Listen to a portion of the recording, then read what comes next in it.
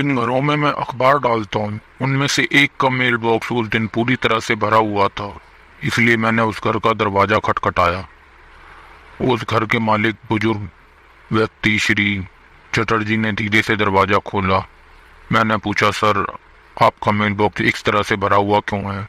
उन्होंने जवाब दिया, ऐसा मैंने जानबूझकर किया है।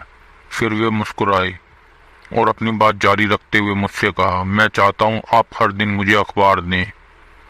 कृपया दरवाजा खटखटाएं या घंटी बजाएं और अखबार मुझे व्यक्तिगत रूप से सौंपें।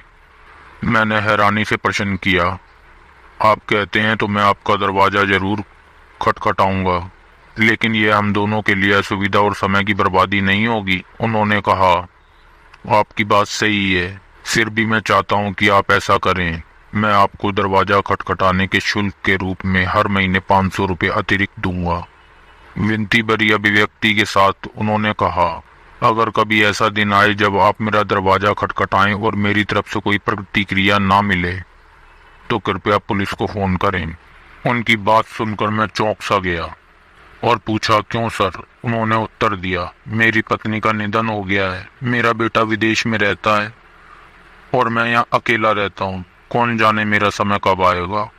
उस पल मैंने उस बुजुर्ग आदमी की आंखों में छलक आए आंसुओं को देखकर अपने भीतर एक हलचल महसूस की। उन्होंने कहा, मैं अखबार नहीं पढ़ता, मैं दरवाजा खटखटाने या दरवाजे की घंटी बजने की आवाज सुनने के लिए अखबार लेता हूँ, किसी परिचित चेहरे को देखने और कुछ परस्पर आदान प्रदान करने के इरादे से। उन्होंने हाथ जोड़कर कहा, नौजवान कृपया मुझ पर एक एहसान करो, यह मेरे बेटे का विदेशी फोन नंबर है।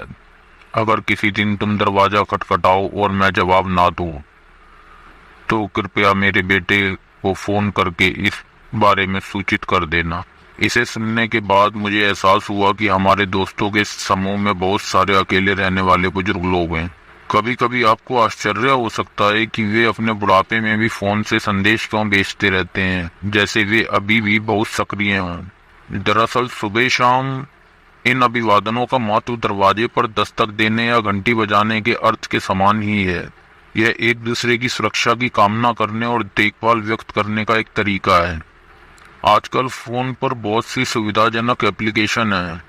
अगर आपके पास समय है तो अपने परिवार के बुजुर्ग सदस्यों को फोन चलाना संदेश भेजना सिखाएं।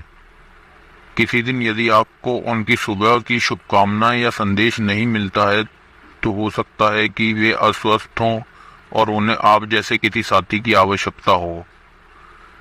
इसे ज्यादा से ज्यादा शेयर, लाइक और सब्सक्राइब करें